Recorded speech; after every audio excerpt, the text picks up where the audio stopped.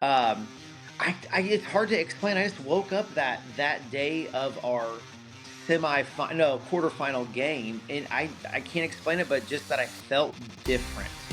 And then just tried to jog in the hotel and could. Next thing you know, I'm playing.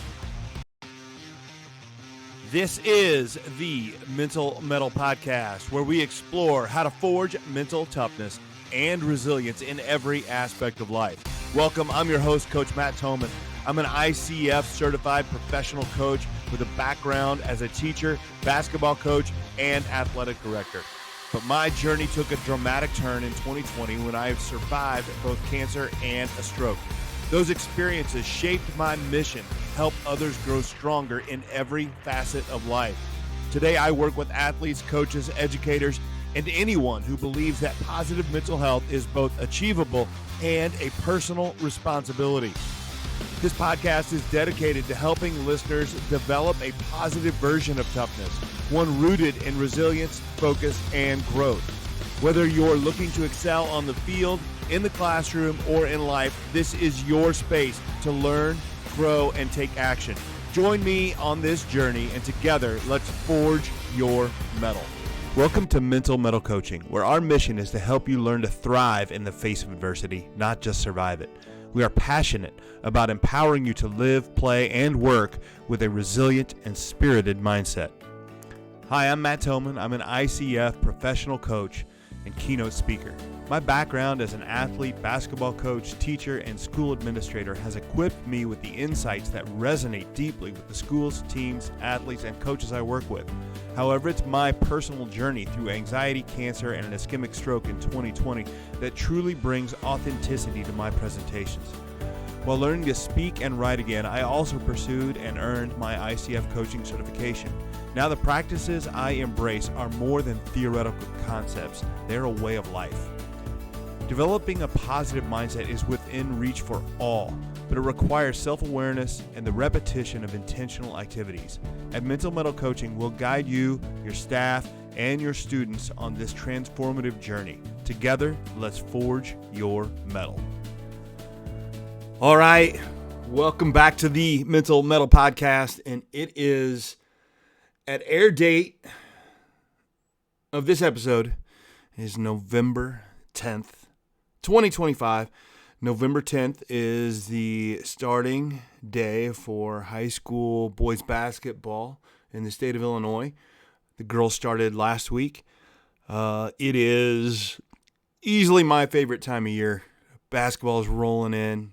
I love the cool mornings. I just love the weather. I love everything about November.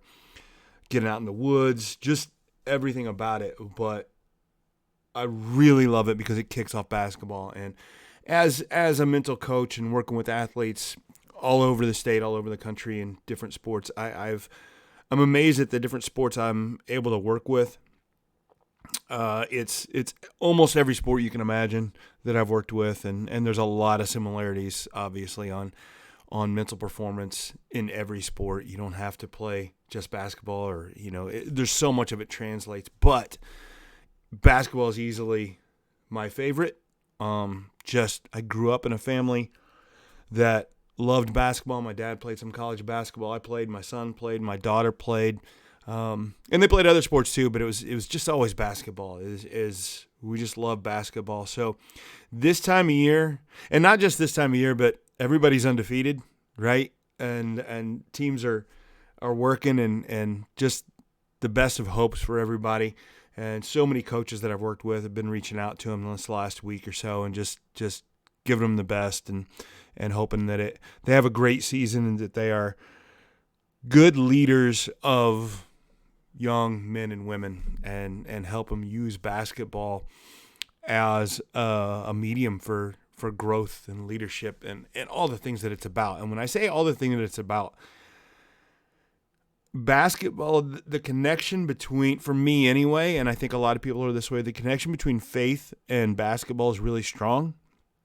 You're going to hear me talk about in this episode a little bit that it was also part of the reason that basketball was invented by Dr. James Naismith. He saw it as a way to involve others and spread the word. And I would say he did a good job of creating a sport that was spreadable and people really enjoy it. And I think being able to use basketball as a way to share your faith, grow your faith, and do those things and with others is just it's amazing. And I was able to my episode today is similar to several that I've had in the sense that we talk about two topics, and that is basketball and faith, and a couple of my favorite things. And it got me thinking about how many different episodes I've done regarding basketball and faith. And I thought, it'd be a good time to break down and kind of reiterate some of those, so that if you're jumping onto this podcast, because my guest today, Robo Kreps, really, really kind of legendary type IHSA high school basketball player and had a phenomenal college career. So if you're jumping into that and you're like, I'd really like to hear what he'd have to say, I think I'm going to take this as an opportunity to kind of put out some old episodes that I've had that are in this same vein and same idea on basketball and faith. So all the way back to episode 9, I'm up in almost to episode 130, it's real close. I'm amazed at how well it's gone. But early on, I had Kramer Soderberg from Millikan University, my alma mater, and where my son goes now. But at the time, my son was not going to Millikan. And I reached out and connected with Kramer. And Kramer's episode in episode 9, really talking about the importance of his term, holy indifference, and how we have to do everything we can. And we want to fight and work, and we want to win that game, and we want to prepare, and we want to get everything. We want to give it all our heart, all our effort, but then know that the outcome is ultimately in God's hand, and how God cares how we prepare and how we act, not necessarily whether or not we win. And that is a really useful concept to know, that winning and losing a basketball game is not God's goal. It's not, Jesus doesn't care if we win or lose. He cares at how we carry ourselves. And that idea of holy indifference is just something I think about all the time after talking with Kramer Soderberg. Another one, episode 67, I had Dave Witzig, Normal Community, and he's been a longtime coach there, really successful coach, and he just talks about how he uses his place and his ability and being in front of kids as to be an example of have his faith come out, and he sees that as his ministry of just being around kids and being a great example to them. Another one, I had a good friend of mine, episode 90, Jarrett Brown. I've known Jarrett for a while now. He's been a coach for a long time. He's now at East Peoria with the boys team, looking to have a good season this year. And he really talks about the transformation for him, and it helped later in life. It happened for him, and just how he was coaching one way and not in a way that was upholding God and doing it in a way that God would see as pleasing. And he just talked about hitting rock bottom and having to rebuild and rethink about everything he did. And I think that's a really good episode to see that and to understand how your faith should come out in your coaching, and you shouldn't be one person when you're coaching and a different person at a pew on Sunday. And Coach Brown really talks about that well. Another one, episode 100, one of my favorite episodes, had my son on, and my son talking about his story and his idea of live your 100. It was my idea, and we've kind of both adopted about living your 100% and really leaning into the verse from Colossians 3:23, whatever you do, do it with all your heart as though working for the Lord. And just, if you're going to play basketball, whatever you're going to do, it doesn't matter what you do, give it all you've got. That's the whole point. And the reference to 100 means a lot to me. It's a whole long story with my struggle with my recovery after my stroke, but how he's taken that and applying that to a biblical perspective, and then how he uses that. I just love that. Love him being able to do that, and it's a good episode. Another one, episode 116, Zach Cleveland. Zach Cleveland was just a star at Normal Community, and he's gone on to play at Liberty University, very good Christian university, and he really talks about becoming better in his faith through basketball and how it's really helped him become a better basketball player, but a less anxious basketball player, and one that's less worried about the results and more worried about what he's able to accomplish, with his faith, and then that just shines in basketball and how it helps him play even better. It's a really good episode with Zach Cleveland, very, very well-spoken young man. If you're interested in listening to a high-level D1 basketball player talk about how you can do this and still have your faith, it's a really good one. Another one, Greg Tonagel. I had him on he's the head coach at Indiana Wesleyan University. Uber successful, got a few national championships, the quickest coach ever to win 500 wins in a college career, at a very religious organization at Indiana Wesleyan University, and he really leans into that, and he does a lot of stuff. That's a really good episode for coaches on how to coach positively, because he does that. But he talks a lot about faith in there too, and about they have an idea on their team about I am third, how they want to put Jesus first, others second, and themselves third, and it's a very team-oriented concept there at Indiana Wesleyan. And again, I love any time that I talk to somebody and they're doing these things on mental toughness and positivity and faith that I really like, and I think that the way we ought to be doing it. But then when we see somebody like him that's as successful as he is, and he's doing this and being successful, it's something I really pay attention to.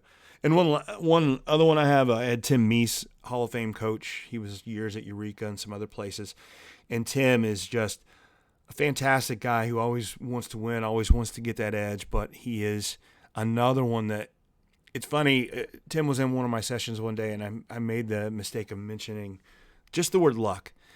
And Tim laughs anytime you say the word luck, because he says that's what we think is luck is God's sovereignty and God's will. And it changes your perspective on luck and helps you understand that something maybe happened to me or against me or whatever, but know that this is part of God's plan. And the more I lean into that and the more I notice that, the more I can use that. And great stuff from Tim too. So there's, and I've got other episodes that I'm probably missing with some faith-based coaches that we maybe didn't talk about faith that much, but more about basketball or mental toughness. But there's a lot of connection there, and I love having conversations like that. So I really love the conversation I have today with Robo Kreps. Robo Kreps, if you don't know, Robo Kreps has one of the most legendary almost mythical comebacks in the state of Illinois basketball. He had his team, he got appendicitis and missed his super sectional game. And his team managed to win the super sectional without him going on to state. And he came back just a few days later, nobody expected it, and played in the state tournament less than a week after having appendicitis, and still played really well. Maybe not as well as he usually does, but he came back and played. The interview today we talk about that a little bit, but Robo was not a believer at the time, and he since is, and he has leaned into his faith just like he does everything, just kind of all the way in. And he's running a nonprofit with players, giving out basketballs, giving out Bibles, merging the two. It's a great conversation with Robo Kreps. I'm going to jump into that episode here, that interview now, and then we'll talk about it a little bit on the other side. But think about it as we're getting into the season, coaches, players.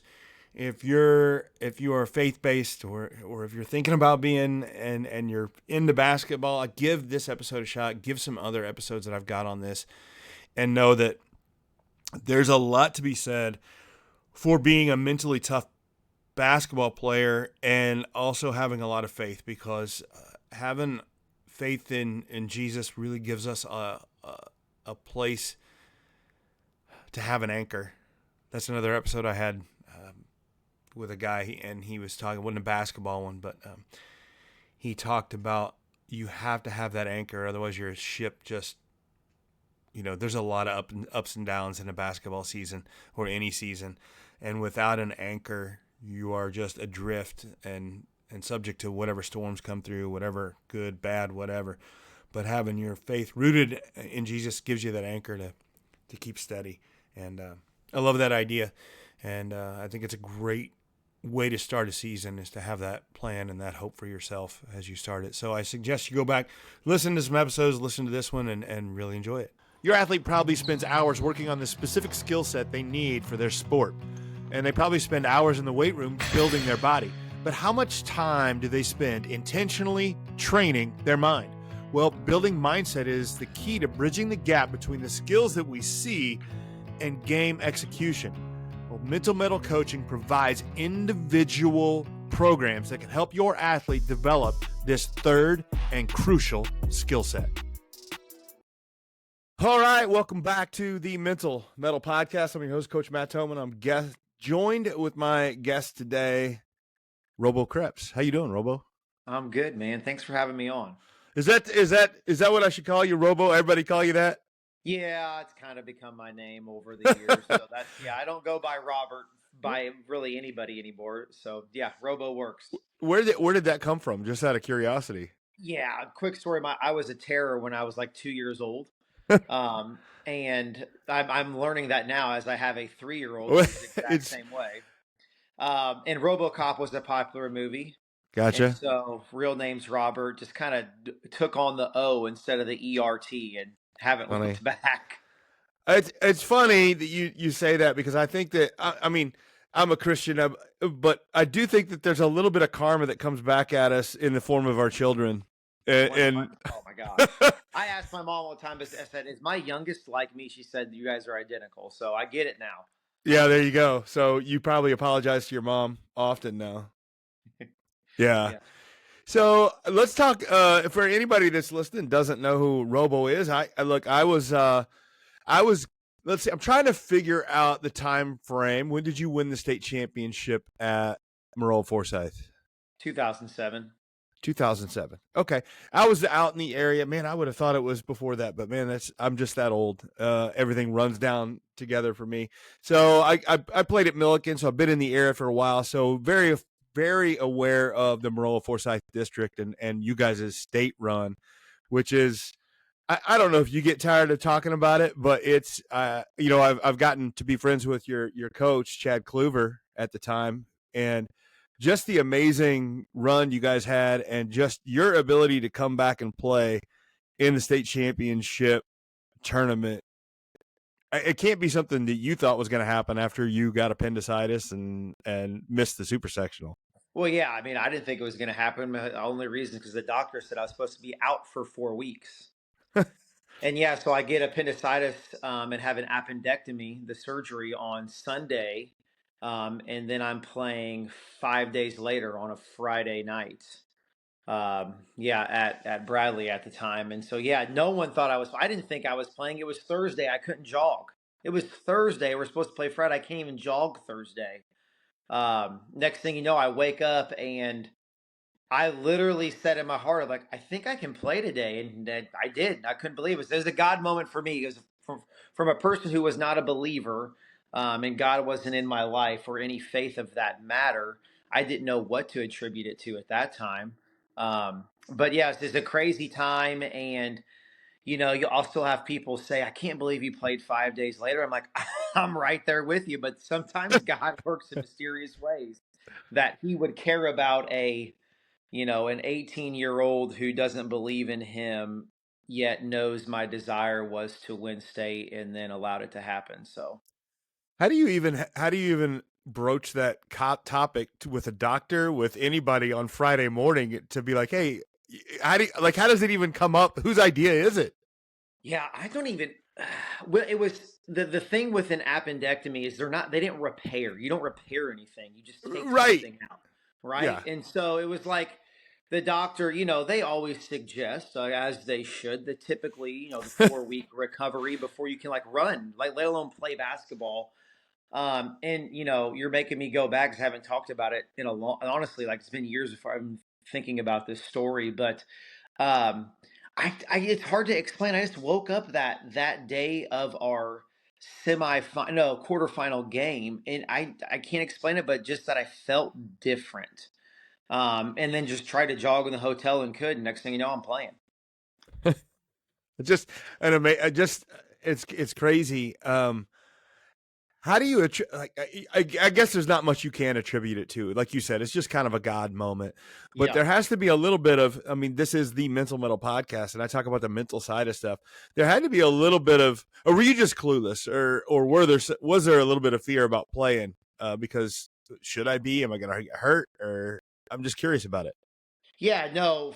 Looking back, I had no fear of playing. I didn't think anything was going to get injured. My stomach was pretty tight, and it was painful.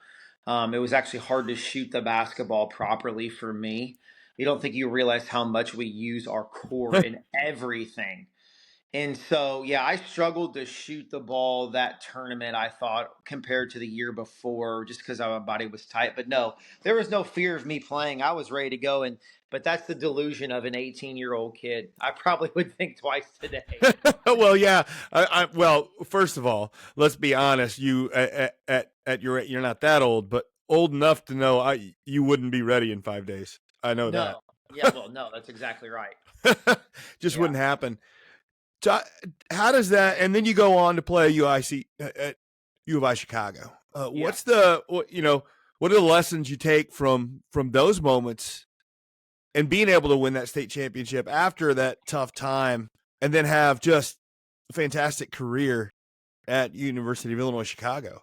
Yeah, it's hard to explain. In from a team aspect, I did nothing but win from second grade until 12th grade. Yeah. And then I get to UIC, and from a team standpoint, we're good. We're not great my first 2 years. And then my last 2 years, we are not good. We struggle. And so I got to see both sides Mm. of what it takes to win, and then what not to do to win, right? Like we weren't good. Like there's no other way to explain it. So from a team aspect, I got to learn what it's like to be around two different cultures. And then from an individual aspect, um, I felt like, you can look back at your career, and if I'm honest with myself, I feel like I got a little bit better every year. Maybe there were some big jumps. I don't know. I'll let someone else say that, but there was a progression in my basketball career. And what I learned is that in college, it was like this in high school. Not everybody wants to do the extra work. And I'm not saying I'm like Kobe Bryant out here doing these unseen odd hours, but I did live in the gym a lot. And I think that had a lot to do with me having a successful individual career at UIC. Yeah. I mean, I guess I just assumed that was the case. I mean, how tall are you, Robo? 6 foot. Yeah. So you're 6 foot. You drop almost 1,600 points in college, right? Yeah. Yeah. It's pretty much a given that if that's the case, those two go together. There's a whole lot of work ethic that goes with it. Yeah, no, you're right. And hard work, I tell kids this all the time, hard work is really hard to define. Because even like me and you right now, if we were to define hard work, we probably have a little bit different of definition. Mm-hmm. And so it took me a while to understand, and I'm still learning, but in my playing career, what it is to actually grind and persist at something. And it probably wasn't until after my college career that I felt like I got the right definition of it. And it just took around being around other pros for me to truly see that there was another level I even should have gone to, but didn't realize it. Yeah, I saw you. I know you played 1 year overseas. Where was that? Tbilisi, Georgia. Okay, all right. So Yeah. yeah, it's interesting when guys go over there. Everything it's just a different world over there. Yeah, it is. I loved the basketball. I hated life. I didn't know if it was a me issue. So I played in Tbilisi and then came back home, and then I tried another country, Slovakia, and I was there for a very short time. I'm like, yeah, I like America, so I'm not playing anymore. Yeah, no, it's a lot. It's a lot. I talked to a lot of pros that do that, and it's I mean, even at University of Illinois Chicago is not. I mean, it's not a top tier Division 1, but your facility's there, and then you go to some of these overseas places, and it's like it's the facilities aren't fantastic, and it's rough. Yeah, I think for me it was less facilities and what they had to offer and more. I'm just so extroverted and need to be around people, and I could envision 10 plus years of country hopping, if you will, and trying to Yeah. make friends. It's like I don't want this. I don't want to do it. It was, and I'm flippantly saying this, but it was a hard decision for me to stop playing. Um, because I felt like I was going to have a very long career with my skill set, and I felt like the European game fit me well, but it just wasn't in the cards for me full time. Yeah, so talk to me about that transition, because I think that's tough for a lot of athletes wherever we stop, whether we stop after high school or college or after a year of pro. Talk about that. Like, you were Robo Kreps basketball player, and then you're not. Yeah, yeah. I think if I'm honest, I think I still sometimes struggle with that. I crave competition, and I think I've learned it's less basketball. It's more I just like to compete. Mm-hmm. And so like I try to get that itch from golf.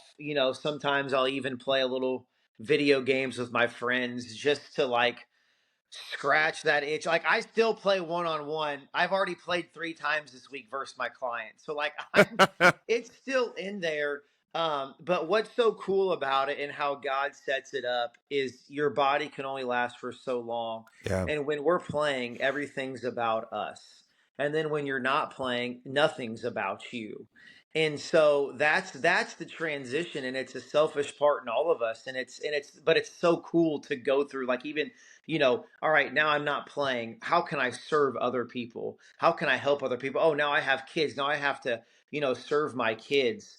And so that's been a transition and still is a transition. I mean, God, we're all selfish, right? And so there's just such a multifaceted answer I could give you of how like that Right. transition is rough, man. It's just rough. And like you said, it's ongoing It sometimes. is. It is. So well, but you made a transition from being a player to being more on developing. Yeah. I want to get into like that progression on your business, what sort of development you do, and the business you have, and I just love to get into that.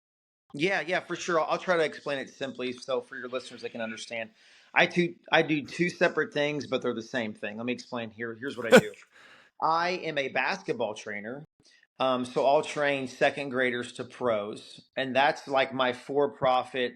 I'm like doing this full time, and then on the other side of that, I also have a training nonprofit, and that's where I will go into schools and train teams for free, do a little film breakdown, give a message, and then train them. And then at the end, I will give Bibles and basketballs out with the hopes of, and this is a little church jargon here, but to seek and save the lost in the gym. Yeah. And in scripture, tell everybody this: Jesus calls Peter at the lake. He calls Matthew when he's collecting taxes. He's going to them. And so for me growing up, here's why I do the nonprofit. I didn't know who Christ was, and I wasn't stepping inside the church. But if someone would have came to the gym, I'm not saying I would have believed, but I probably would have listened. And so that's the Just Go Ball Foundation, is that like I really want to get you better at basketball, but I also want to invite you to follow Christ um, for your life. I love it. Have you dug into the fact that I've tried to do some research on this, but I think it's so cool that when James Naismith created basketball, he had a little bit of, evangelism in mind. Like that was, Yeah. which I love that idea. Yeah. So I have friends who I've got connected with over the years. They run a nonprofit called, I think it's a nonprofit. They call it Origins Basketball. Mm-hmm. And they will cite that, and I might butcher this a little bit, but James Smith, when he created basketball, he said something along the lines of like he wanted to win men to the maker. Yep. And so basketball, yeah, it's definitely a ministry opportunity. It was just to get people together to compete, to play the right way, but also to evangelize and lead people to Christ. It's exactly what it's about. And that's what it should be about. Yeah. No, I agree. And you're right. Like you can't always get the basketball player into the church, but you can bring the church into the basketball play into the gym if you have that opportunity. It's great. Yeah. Yeah. I want to you do the same thing in two different ways. I want to talk about both of them. So when you train the athletes, the basketball players, I'd love to give your take on building, because you work with kids as young as you said, what, second grade? Correct. So I'm sure you do a lot of skill sets, shooting, stuff like that. But I'd really like your take on developing the mental side of the game, and if you do any part of that, and how you see that, maybe that problem in young athletes, and how to adjust that. Yeah, I think, well, it depends on who I am training. Um, but for me, I am huge on belief and being positive. I say it all the time, but our words will make our life. They create everything. And excuse me, God spoke the world into existence, and we're created in His image. And so our voice is a such an important instrument Mm-hmm. in what happens in our life. And so when it comes to me, the mental thing, I am focusing on, we are okay if you mess up. We love that. Failure's great. It's just, how do we respond to that? What are our words with that? What's our body language after we miss a shot? Because that's such a life skill that, like, I'm sure you have to practice it. I know I have to practice it, is our response in failure or mess ups, and what's our body language associated with that. And so for me, it's getting kids to highlight the good and not always the bad. It's not that we're not aware of it or we sweep it under the rug, but it's also being realistic, like, hey, I made shots today, instead of, Mm-hmm. man, I missed shots today. Yeah, well, no, I think it's our, and what's hard about that is our natural, whatever you want to say, just our natural biology is to kind of look for problems. It keeps us Man, alive, and it's just yes. it's what we see first, and Come on. you have to work on it to get the other way. Yeah, yeah. And Psychology would call it. It's called a negativity bias. And absolutely, a basketball example is, if a kid shoots 10 shots and he makes 9 and he misses one, most of us will see the one we missed instead of the 9 we made. It's like, oh my god. And I'm like, my training, if you would come train with me, I say this to everybody. My goal is to create the best environment possible. So we talk and we touch. And we don't got time. Like, we have no time for pouting or negativity right? after a missed shot. Like, we can't do, because our environment matters. Like, Yes. ah, It's so, yes, it's so important, and that just that negativity bias, it affects everything if we don't. And the way that neuroplasticity works, like if you live in that, it just gets worse. it And does. we don't. The thing is, we don't do, as humans, we don't stay in the middle very well. We're either going one way or the other. Like we're either Come on. getting more positive or more negative, right? Yeah, And you have, but it does have to be a conscious decision that you it want to does. do that. Well, and let me throw that back at you, because you are 100% right. Like, we get to choose. Like, Yes. having a bad attitude is still a choice. Well, why can't we choose the better option? There's Yeah. there's a better option out there. Let's grab that one. Yeah, I think that. Well, I see that on the negativity bias, how easy it is. Like, just go watch a game, not throwing shade on parents and stuff, but just go sit in a crowd. It Finding the problems is easy. Everybody can do that. Oh my gosh. Well, no, I had you're making me think. I had a conversation with my dad, which I'll share with parents sometimes, because I try to tell parents, you can't put your kid in the game. And in all reality, your opinion, so it's going to sound harsh. It doesn't matter No. because you can't put your kid in the game. So as a parent, you need to be like, okay, what's your coach telling you? And then, okay, and then you need to like double down. Okay, well then go do that so you can get in the game. Moreover, like I had a father, we can laugh about this now, me and my dad, but I would score 28 points and he'd be like, son, you could have had 40. Yeah. I'm like, I just scored 29. Like, Yeah. show me a little bit of love over here. My Yeah. goodness. And it just like it just doesn't help. Like there's a time where it does. So I'll reword that. There's a time where it does, but for the most part, when if we want an atmosphere of faith and belief, like it comes through positivity and focusing on the good, and that's when the best version of us happens. I think that there is a lot of people and a lot of coaches also that think that if you're not being really hard on yourself, you don't get better. And Mm-mm. I think that has a short shelf life. It does. I mean, that's the way I feel. I think it has some living in that negative space. It can be a very good short-term motivator, but it wears out. Yeah, Hmm. it does. No, and yeah, go ahead. Go ahead. I don't No, cut you're off. good. You're good. Yeah, well, I mean, even when we look at scripture, Jesus says, Jesus tells us to like it's okay to love yourself. Like we should Yeah. have a little bit of grace for ourselves. And I think a lot of Hmm. us, well, I'm speaking for me. I know I lack that a lot of what did I do wrong? What could I have done better? Like I'm the classic nothing's ever right guy. So instead of like focusing like, oh, I actually did do this well. And Yeah. so for our nonprofit, when we have our conversations, we have to make sure we go around and everybody on board will share a win they had that day. Hmm. Oh, and it creates such a good atmosphere. Isn't it? It's great, and it doesn't take that much time. Come on. It really doesn't, and I think that I talk to coaches all the time about that, and like it's the amount of time that you give on that it's just it pays such big dividends. It's so Mhm. worth it.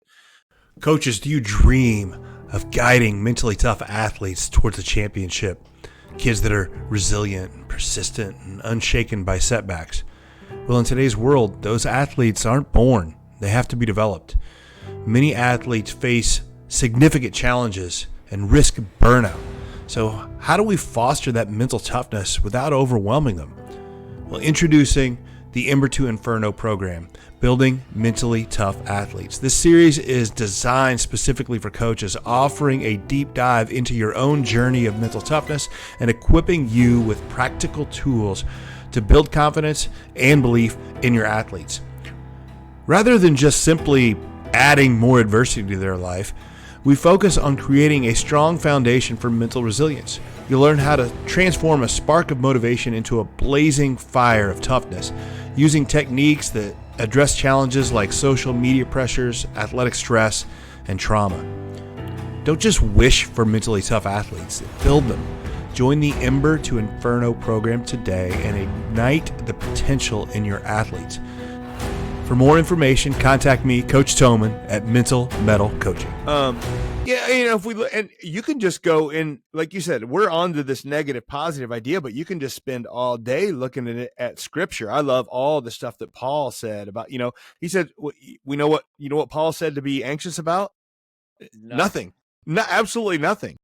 And he told us to be gracious or have gratitude in all situations. And Yes. those are like, there's no gray area there.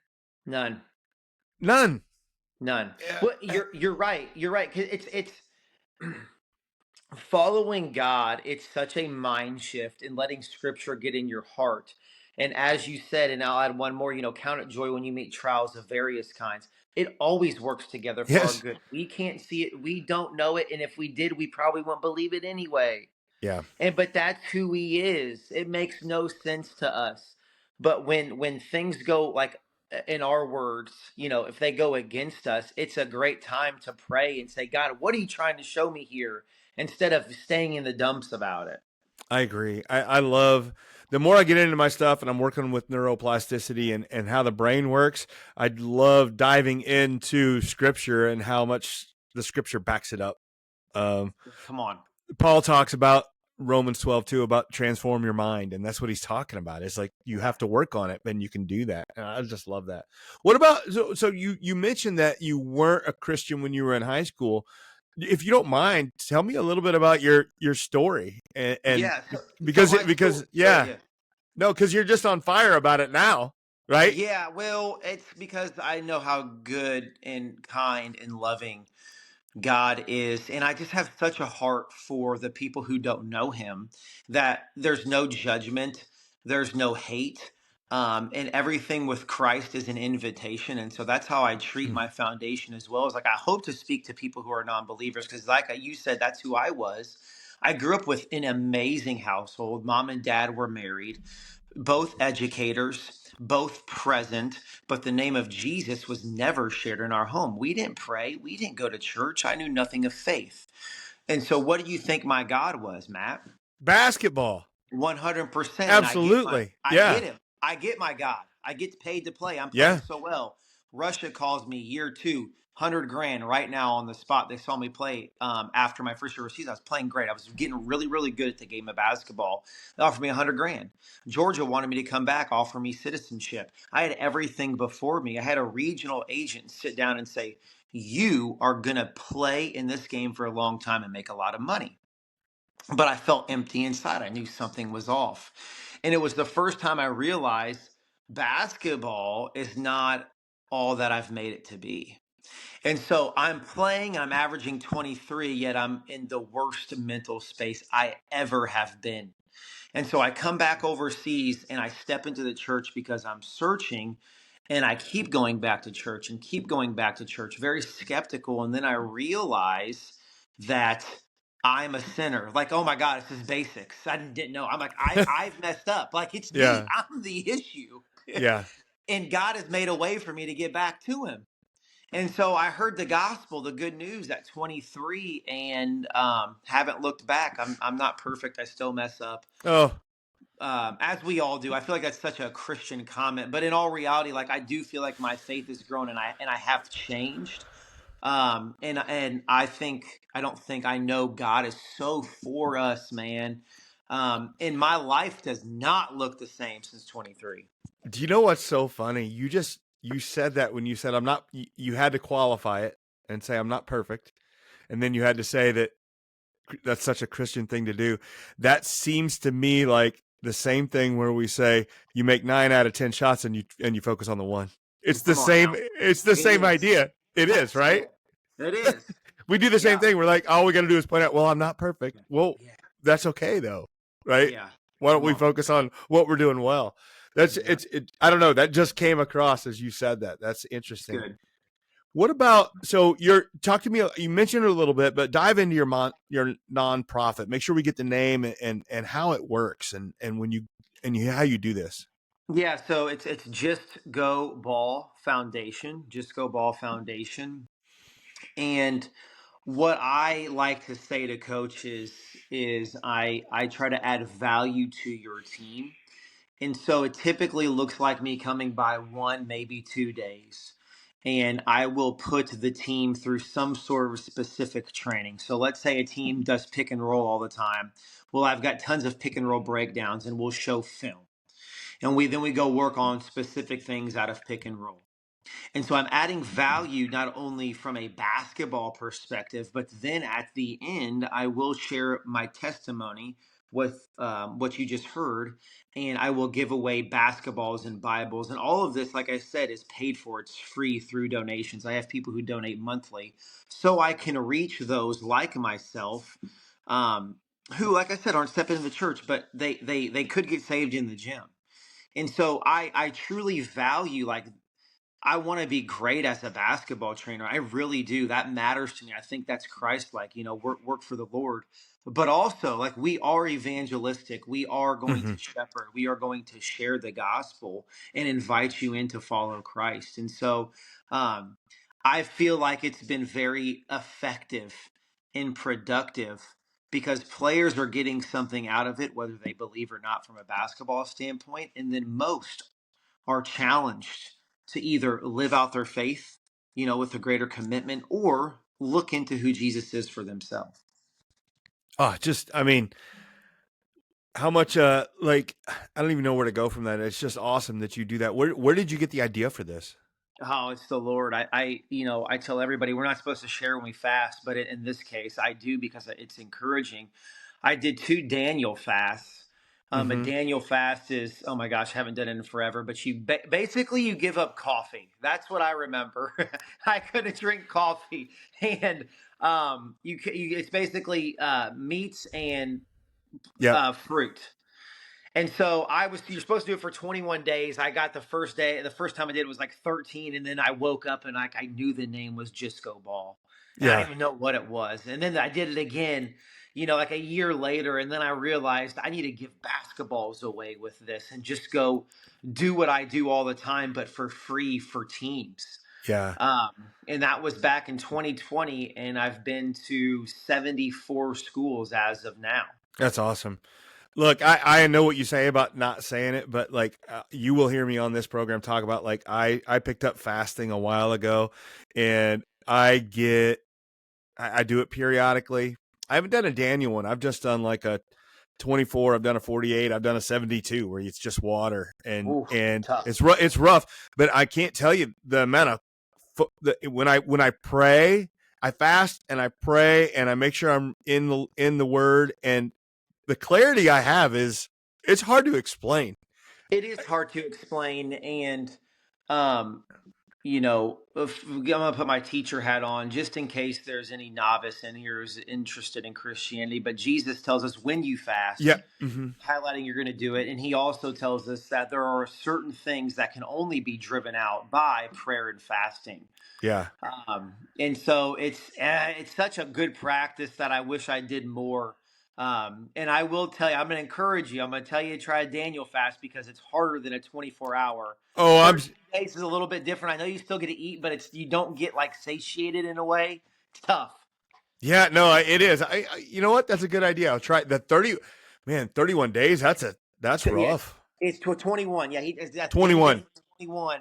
And then I can't remember if it was Gabriel or not, broke through the second heaven, if you will. You can look at it in Yeah. scripture. Yep. That's which is fascinating, that a man of God who's holy unto the Lord only got through fasting. Mm-hmm. Whoo, come on now. I know. It's you're right, because it says, and Jesus says that's what, not if you do it, it's when you do it, and That's right. that's, I agree. So because I hadn't really tried it before, but I like doing it. It really helps me.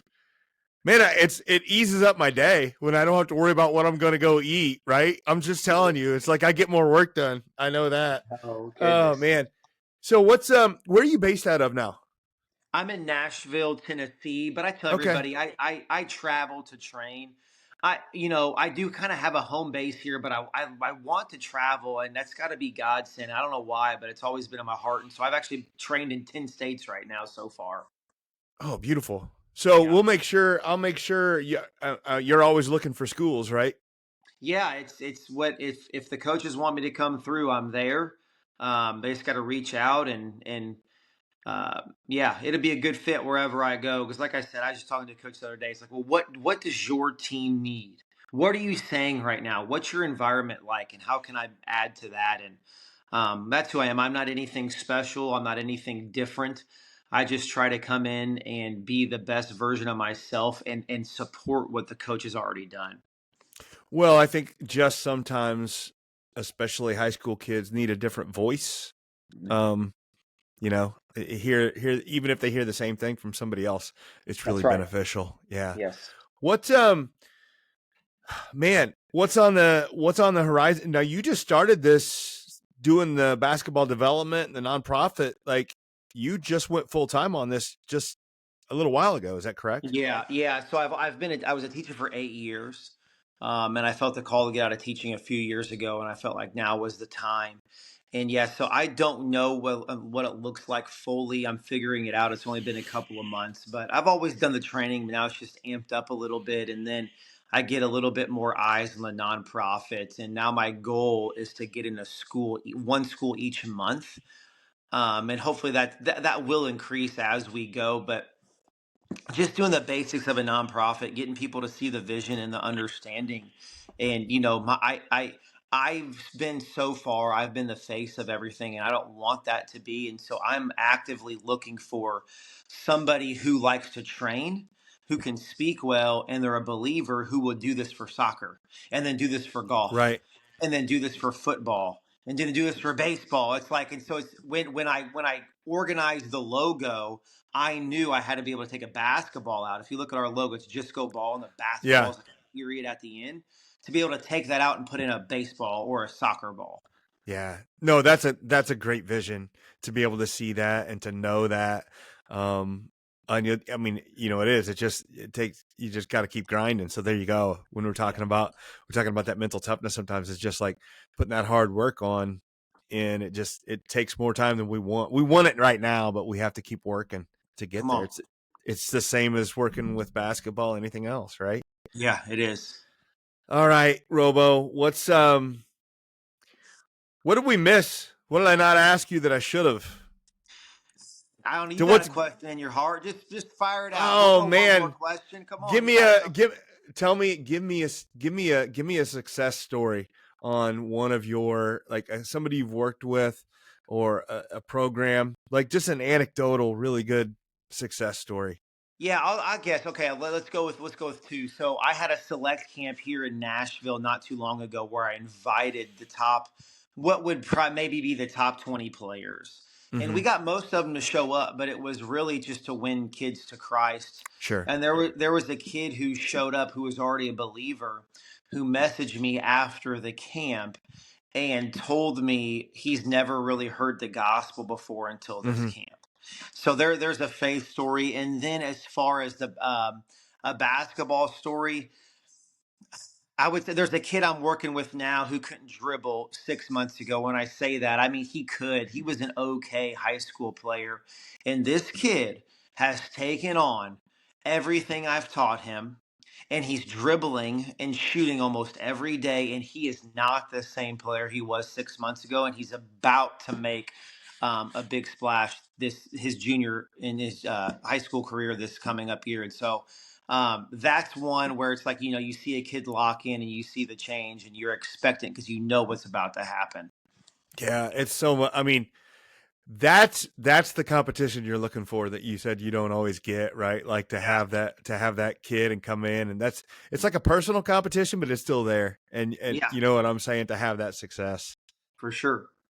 Oh, just been a fantastic conversation here, Robo. I can't thank you enough for coming on. I'm going to drop all your stuff in the show notes, and hopefully we reach somebody. The good Lord Yeah. willing, I think we will probably. But I love the conversation, and it just, I've been excited about this interview, and it did not disappoint. So thank you so much. Well, thank you for having me on and inviting me, and just being so energetic and encouraging what I'm doing. So I appreciate that, and you keep going as well. I like the whole idea of your podcast and the mental aspect because it's so important.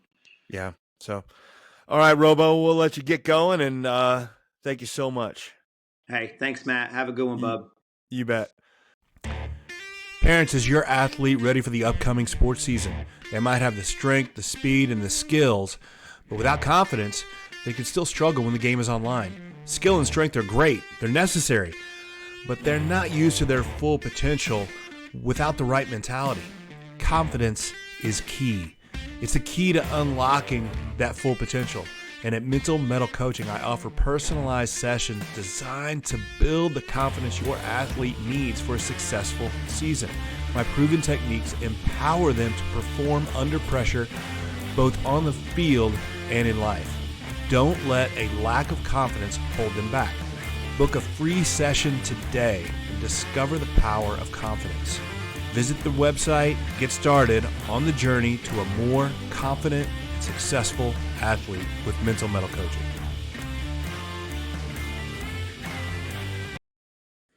Mettle is a person's ability to face adversity in a spirited and resilient manner. It is a great skill to have for athletics and for life, but it is not something we are born with.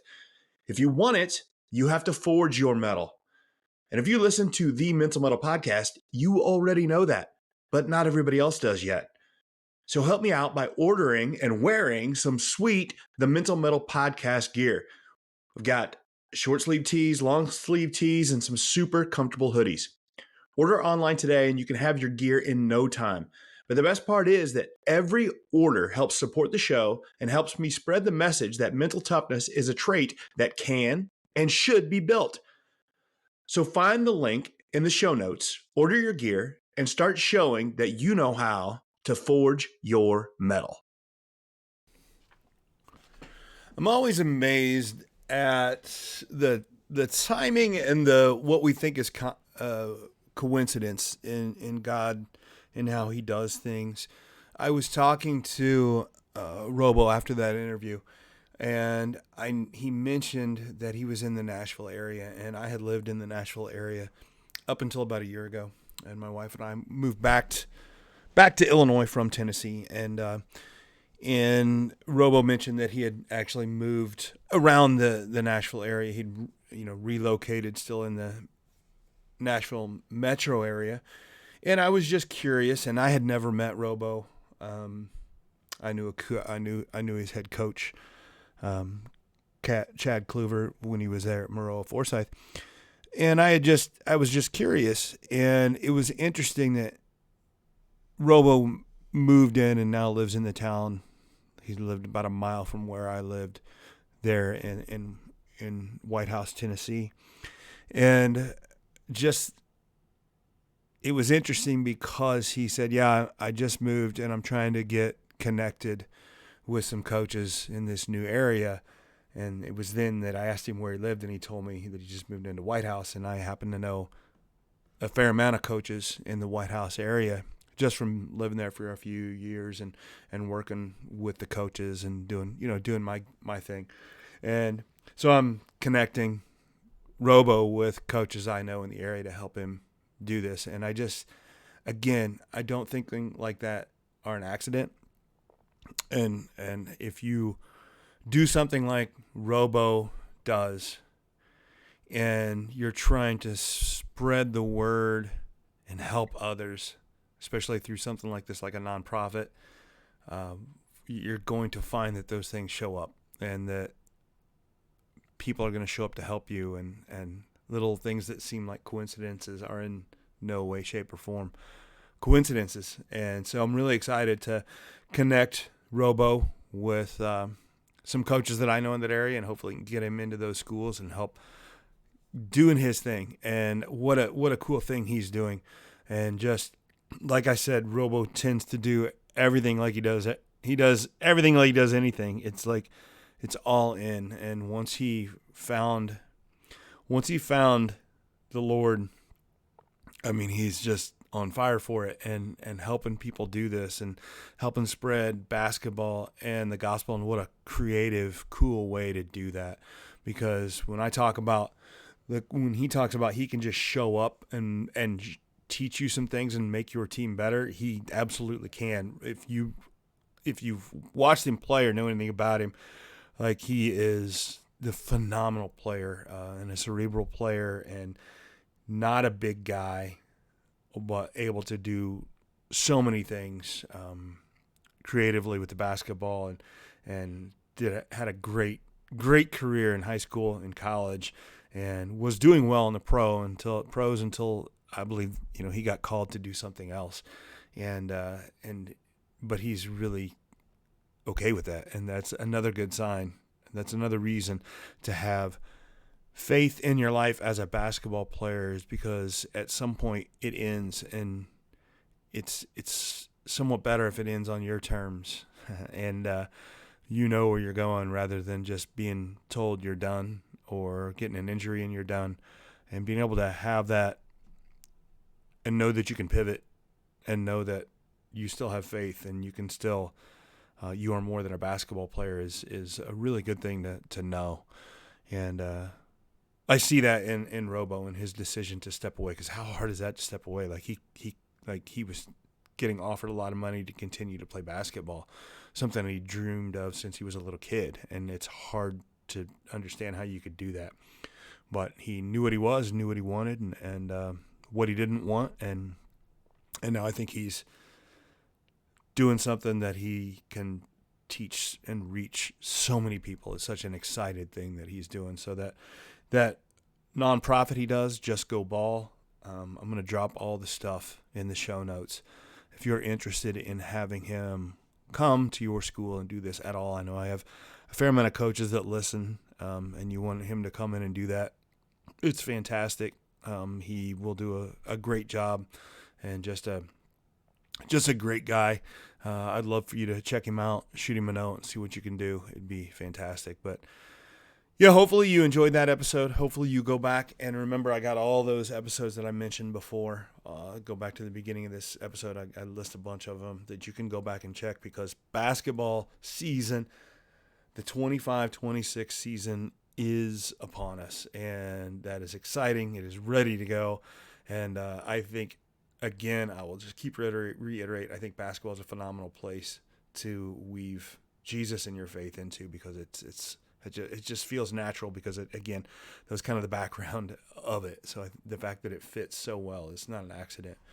And also, I think as a player, as a coach, I think having your faith be number one, and then basketball under it somewhere on that list is the way to go about it. And it's such a more mentally healthy way to do it. And that does not mean that you aren't as good at it. Trust me. When you've got an anchor like Jesus holding you and helping you, and you have something to play for and a way to play, it helps you tremendously. So hopefully you gain something and you get something from the other episodes. And just, if you ever want to reach out to me about a guest jumping on to be on the podcast, or just talk about it, and how I can help you with this, or people I can connect you with to help you kind of to change the way you're doing some things in your coaching, in your faith, and or all the above, just shoot me a note. My information's always in the show notes. Shoot me an email, and I would love to chat about it. But that's about it for now. So I sure appreciate you coming on. Thank you for liking, sharing, commenting. Listen, last thing, if you like what I'm saying, if you like what I'm doing, if you believe in this podcast and some of the things that I say, the bare minimum I can ask you to do is, when you see a post on social media and you see my face, or you see something with Mental Mettle logo on it, just hit the like button.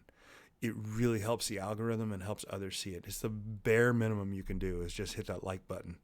So if you see it, I don't even care if you listen. You should listen. You should read it. You should listen to this good stuff.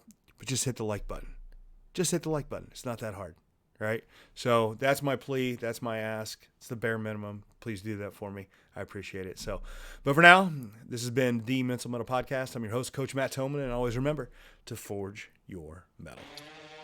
Thanks for listening to the Mental Mettle Podcast. Don't forget to tune in every week for more insights and strategies to help you forge mental toughness and resilience. This podcast is brought to you by Mental Mettle Coaching, where we are driven by a passion for sharing knowledge and experience that empowers others to play, live, and grow with confidence. Our mission is to instill a resilient and spirited mindset in our clients, enabling them to confidently face adversity and actively seek new challenges for personal growth. At Mental Mettle Coaching, we offer individual coaching, group coaching, and professional development for schools and businesses. Whether you're an athlete, educator, or professional, we're here to help you unlock your potential and thrive in every area of life. Until next time, keep growing, stay resilient, and always remember to forge your metal.